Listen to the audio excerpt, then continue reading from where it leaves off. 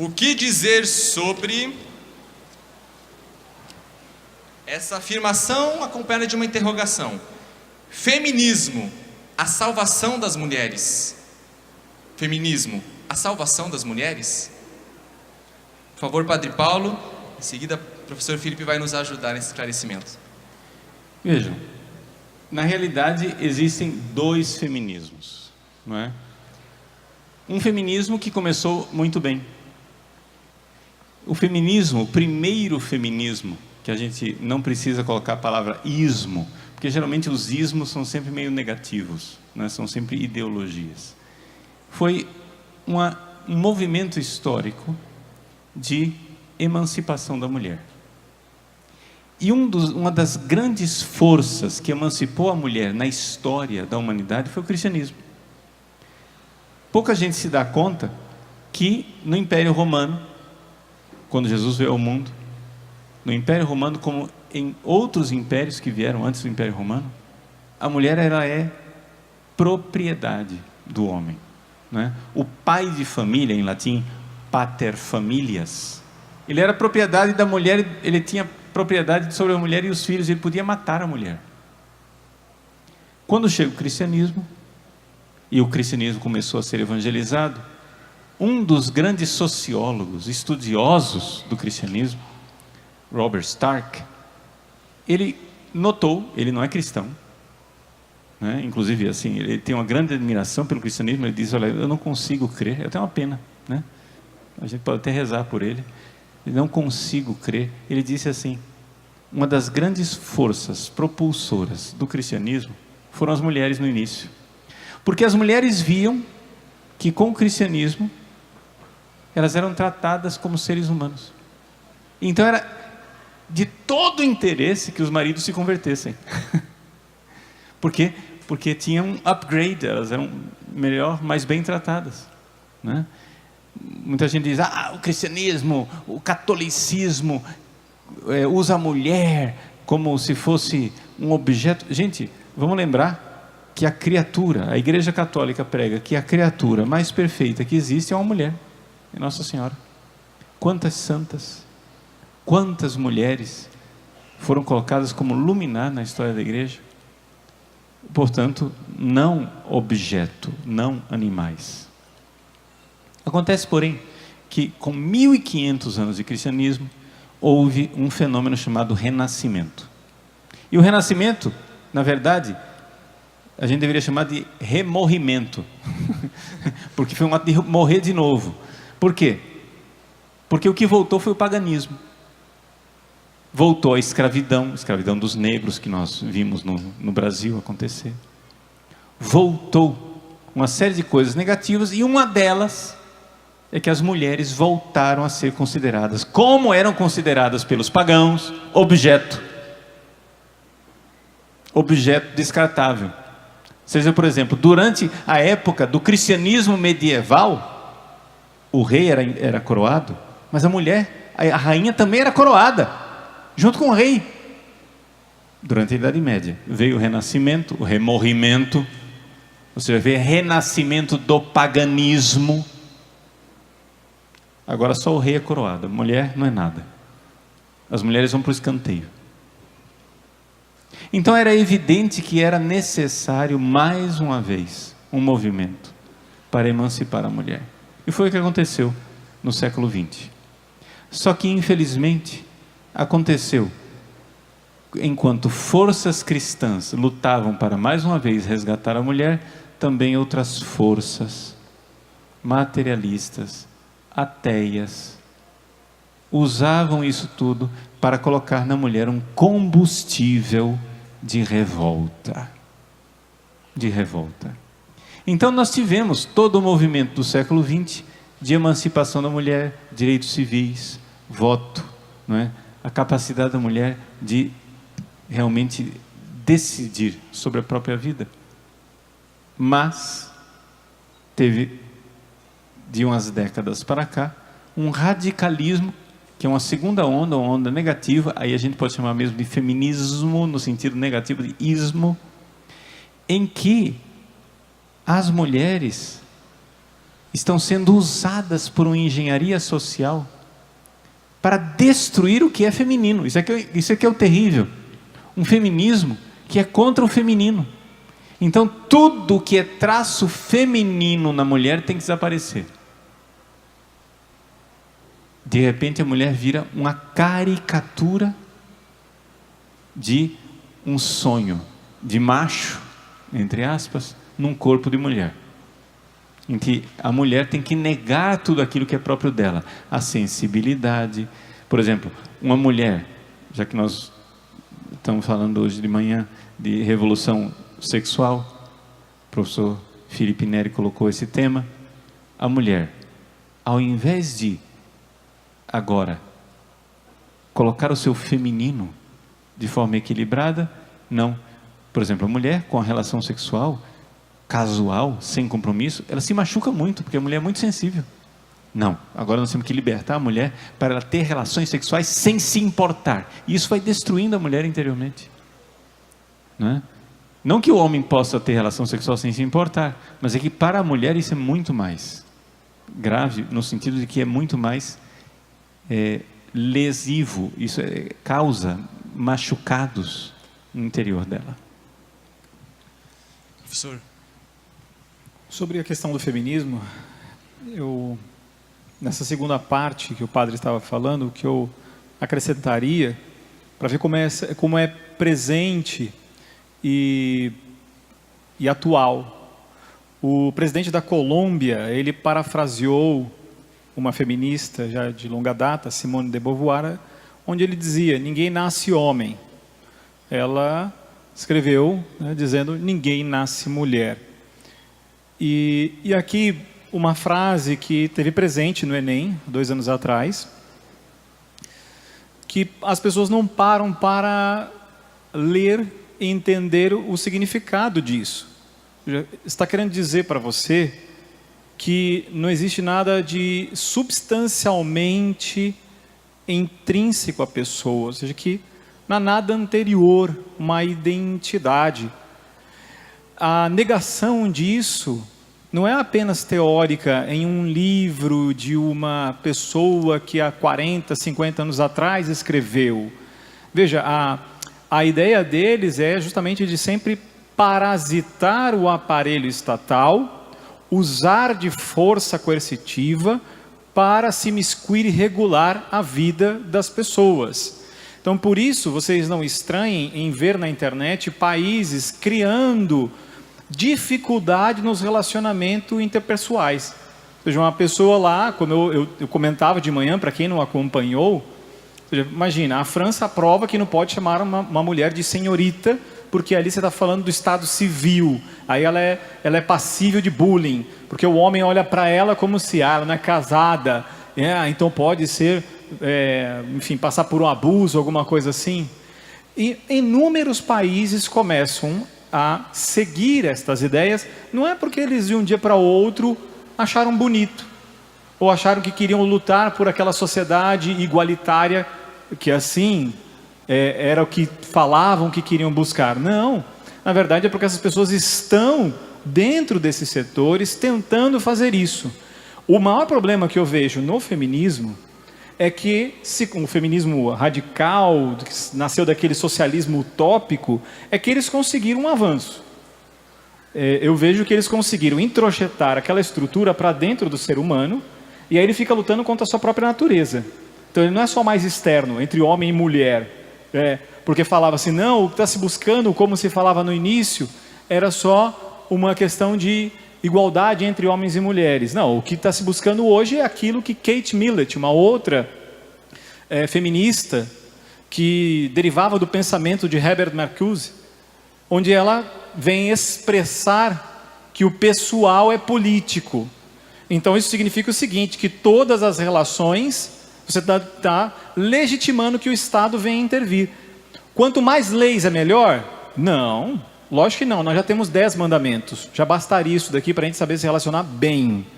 O problema é que vai restringindo cada vez mais, porque eles vão criando problemas e falando, a solução é cada vez mais tirar a sua liberdade. Então eu vejo esse feminismo que está muito presente nas universidades, primeiro que os jovens, de modo geral, que tem contato com aquele professor universitário, ele talvez esteja diante de uma pessoa também que não teve uma boa formação, acreditou, porque é um conjunto de crença para mim, essa questão do feminismo. Se não tivesse a força do Estado, seria uma crença isolada, eu sempre falo isso. Então, esse é o problema, porque aquele professor fala e ele tem empatia, aí a gente gosta dele, adere, e aí eu já sou seu inimigo. Por quê? Porque me pareceu interessante aquela ideia de igualdade, de respeito, de tolerância. E quando se aplica, qual é a primeira coisa que elas tentam fazer? Bom, desconstruir, desmontar a natureza humana e aí começar a restringir todo mundo que pode falar favorável a uma identidade e a uma natureza humana. E eu estou falando aqui de uma questão filosófica, não estou falando simplesmente, como alguns querem falar, já sei, você é religioso, porque é o que eles querem fazer para te silenciar. Então por isso eu falo, olha, tem que ler sobre o feminismo. Parece difícil, mas se você não entende, você não vai ajudar o colega na universidade que vem para cima de você e que fala, olha, não, mas você não conhece. Não, eu conheço, eu li sobre isso, aquilo, outro. Acho que você não interpretou bem o texto. Vou te mostrar os significados disso, a história onde chega. Nós temos aqui também a participação do pessoal de casa. E o José Anício, ele fez uma pergunta diante da foto que nós colocamos no nosso Instagram, @RevoluçãoJesus. Você que está em casa também pode comentar e colocar a sua pergunta. Ele disse o seguinte: existem duas TL, uma boa e uma ruim? Existe uma teologia da libertação boa? José Anício, do Rio de Janeiro. Veja, acho que é importante quando a gente discute as coisas, sempre definir o que é que nós estamos discutindo. Não sei se vocês notaram, nós colocamos o tema do feminismo. Mas, para responder feminismo, eu primeiro distingui o que é essa palavra. O que está por trás dessa palavra? Existe uma coisa boa atrás da palavra feminismo, que é uma luta para a emancipação da mulher, e existe uma coisa ruim por trás da palavra feminismo, que é um movimento revolucionário marxista que entrou na luta para colocar a mulher contra os homens e depois, gostei muito da fala do professor Felipe, quando ele disse, colocar a mulher contra a própria mulher, uma divisão interior. A mulher contra a mulher. Ou seja, o marxismo vive de luta. Não é? Se não tiver uma luta, se você não estiver fazendo alguma coisa de luta, o negócio não vai para frente. Então, a mesma coisa com relação a essa pergunta a respeito da teologia da libertação. Vamos definir teologia da libertação. Não é? Se você não define os termos, então não dá para a gente. O que é teologia da libertação? Se teologia da libertação significa, não é, uma teologia que a partir da doutrina social da igreja quer realmente colocar em prática, não é, à luz do evangelho, aquilo que é a moral cristã no âmbito social, então esta libertação é excelente. Por quê? Porque de fato, como nós mesmos estamos vendo, nós precisamos ser libertos de muita coisa, tá? Nós precisamos ser libertos das ideologias.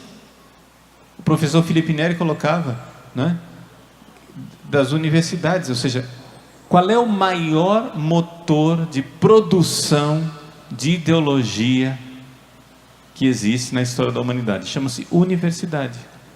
Ou seja, as universidades não estão produzindo somente ciência, elas estão produzindo também ideologia. Elas produzem, replicam, transmitem, de tal forma que quantos de nós vemos que pessoas boas, boníssimas, que criam em Deus, de repente entram na universidade, já entra aquele veneno e a pessoa se afasta de Deus. Porque, aí eu estou falando de, na verdade, nós estamos falando não de libertação, nós estamos falando de você tira aquilo que é a identidade da pessoa para acorrentá-la numa ideologia.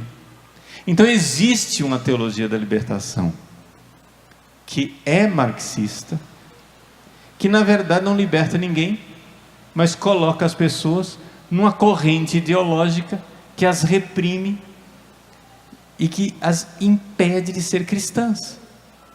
Então você vai... só para você entender do que é que eu estou falando, vamos sair da teoria, vamos para a prática. É mais ou menos como aquela história do adolescente. O adolescente chega e diz: eu tenho que me libertar da opressão dos meus pais. Então ele entra na turma dele, adquire vícios de drogas, de sexo desordenado, vícios e compulsões cada vez mais graves. Ele se livrou. Ele era, aspas, limitado pelos pais com bons e paternos conselhos. Agora ele está sendo limitado por si mesmo, pelas correntes dos vícios nos quais ele entrou achando que estava se libertando. Na verdade ele foi lá, comprou uma corrente e se amarrou. Me libertei dos meus pais.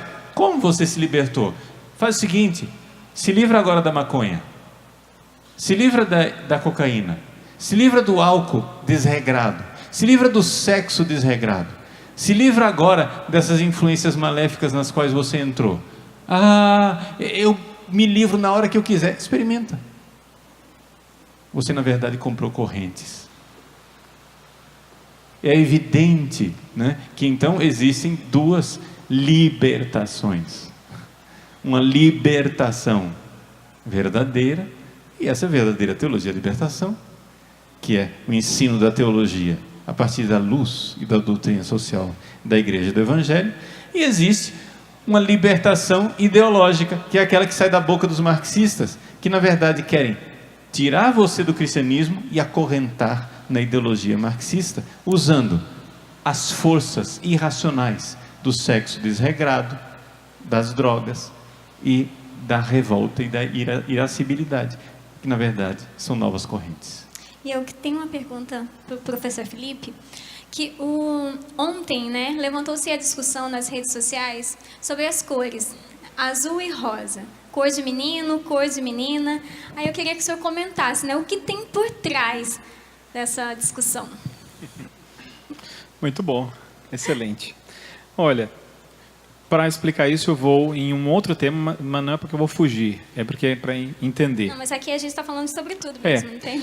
É porque, por exemplo, olha, o aborto, ele, historicamente falando, ele foi passando por aprovação, e continuam fazendo isso, pelo alargamento do conceito, tá? Então, em vários países aconteceram isso e continua acontecendo. E aqui no Brasil estão tentando ainda, em relação ao aborto, fazer o mesmo caminho.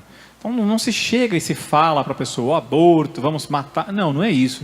Então tem toda uma construção, uma narrativa de grupos que produzem material, criam uma falsa justificativa e vão tentar sensibilizar as pessoas, vão tentar fazer com que elas fiquem tocadas e você não pareça um preconceituoso. Essa estrutura, ela é colocada para outros setores, para outras ideias, como a questão de gênero, a eutanásia. Então eles vão, para poder implementar, é preciso primeiro fazer com que você aceite. Para você aceitar, precisa parecer uma coisa boa. E precisa colocar, ou seja, esse rótulo de repressão em certos grupos que estão tentando, vamos dizer assim, eles nos tratam como grupos, né? Então estão tentando mostrar a verdade sobre esses fatos. Então você precisa entender, não como um alienado, a questão aí do azul e do rosa que aconteceu ontem. O alienado, ele vê assim, ele fica olhando que nem vê a formiga no chão. Sai das emoções, observa as coisas, precisa olhar para trás, ver o que tem, tentar ver realmente quem está falando, de onde que vem, para você realmente entender as coisas. Caso contrário, a sua decisão, porque nós somos chamados a decidir sobre isso. Todas as pessoas que viram a temática ontem, viu uma discussão enorme na internet, a grande maioria dizendo-se contra, e alguns que se diziam os iluminados, falando: que absurdo, nossa, antiquados. Eles usam até o rótulo, né? mas ninguém explicando, tentando mostrar que a discussão é outra. Eles estão fazendo isso aqui agora, depois podem te chocar um pouquinho mais com outras ideias para poder implementar essa aqui agora. Eu contava de manhã do chamado amor intergeracional, que tenta emplacar no mundo afora, que é a pedofilia.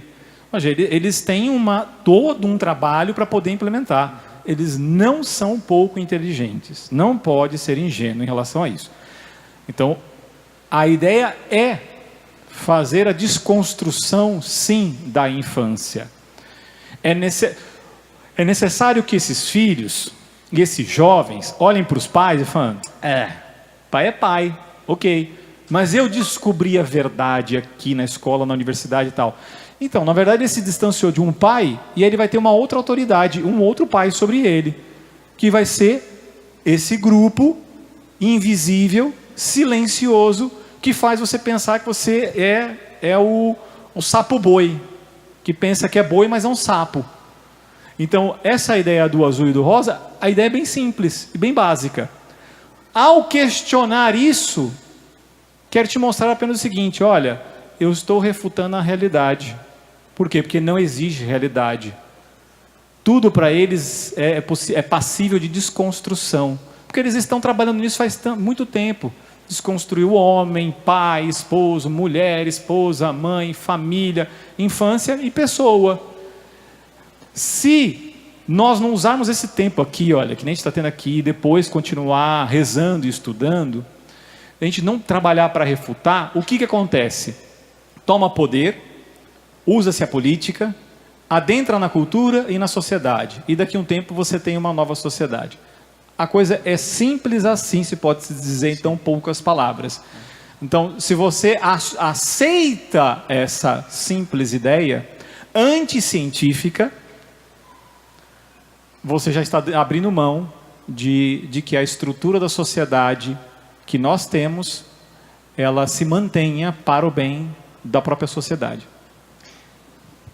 Na realidade, a polêmica que aconteceu ontem, e é isso que o professor Felipe Neri está nos colocando, é o seguinte: é como você pegar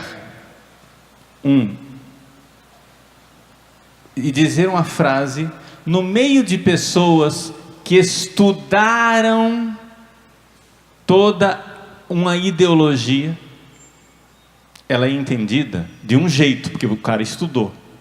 E pegar essa mesma frase e lançar no público em geral, que nunca estudou nada disso, a repercussão é outra. Então o professor está dizendo isso, ó, gente, vamos estudar, porque aí essa frase dita assim, jogada, fora de contexto, parece absurda.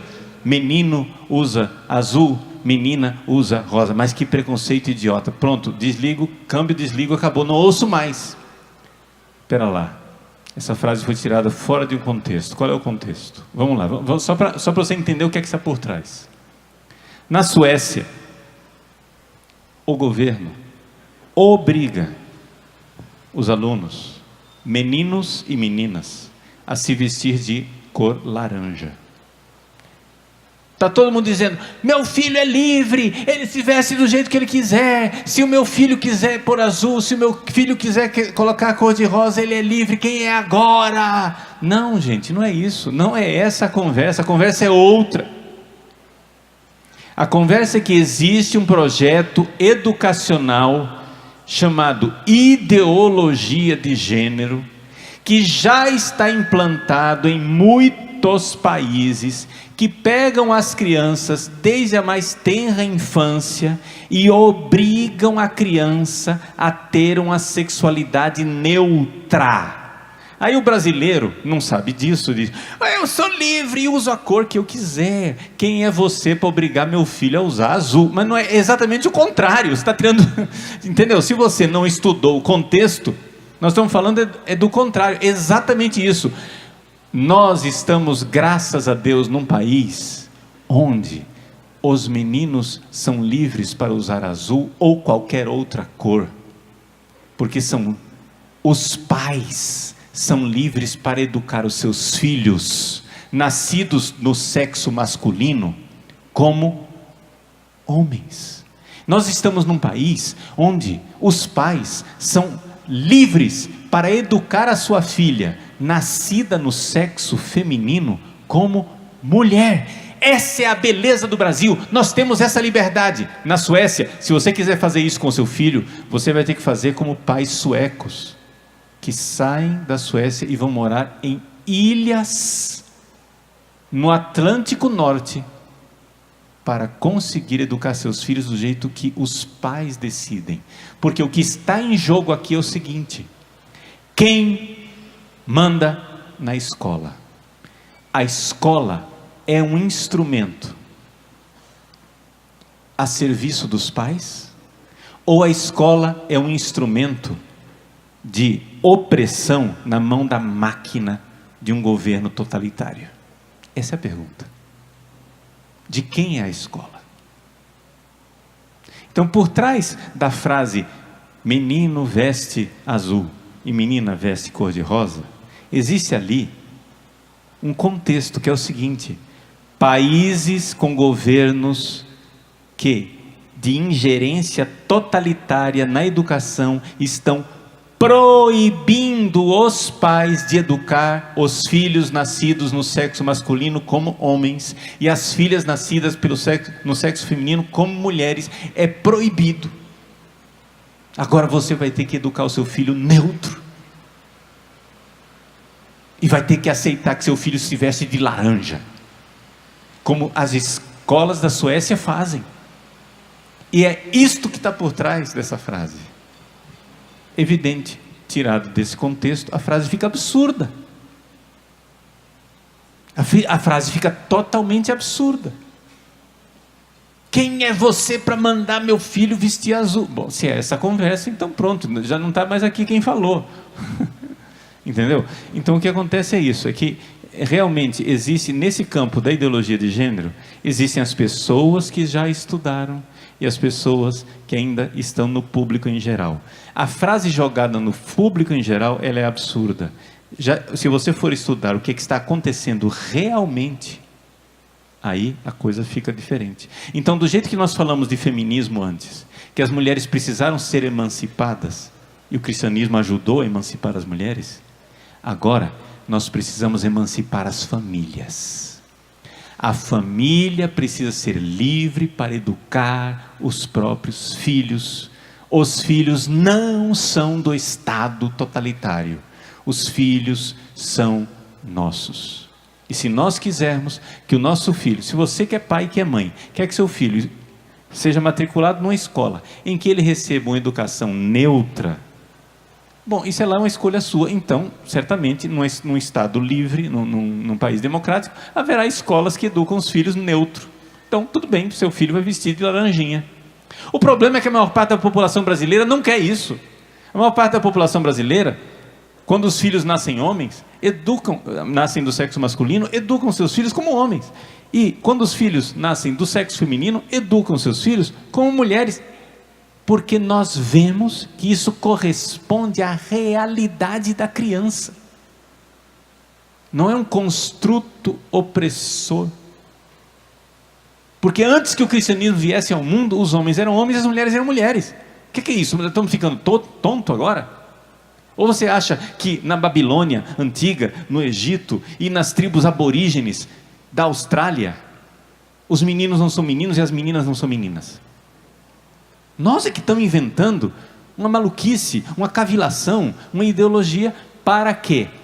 Para dar a um Estado totalitário um poder e tirar os filhos do poder e da influência dos pais. Só uma coisa que eu queria colocar mais, que me veio agora assim na mente. A Noruega, isso você não vai encontrar na grande mídia, tal. Você vê aqui, não é? A Noruega vem punindo os pais que se opõem a que a educação sexual tenha esse tipo de viés ideológico. Aí o pai tem falado, não quero e tal, e eles têm perdido justamente o seu direito, ou seja, sou o pai. Por quê? Porque esse Estado ele já diz o seguinte, você é procriador. Educa, somos nós é que educamos. Por exemplo, nós todos, Alguém aqui tem passaporte? Tem passaporte? Não, dá uma olhadinha no seu passaporte. Você não tem pai e mãe segundo o seu passaporte. É progenitor 1 e progenitor 2. Ah, mas ele também, é porque ele me deu a vida. Não, é pai e mãe. Qual o problema de ser pai e mãe? As coisas vão devagarzinho, bem suaves, entende? Começa com uma discussão dessa que parece suave e vai ampliando, daqui a pouco, quando você vê, já entrou todo o pacote que no início não era apresentado. Então, eu só queria colocar isso a mais, porque tem muita gente padecendo em outros países, aqui vizinhos também, Argentina, Uruguai, né, que aprovaram, e que a gente tem que aprender vendo o resultado disso também. E o caminho é justamente fazer isso, é olhar, aprender e falar, não, muito obrigado.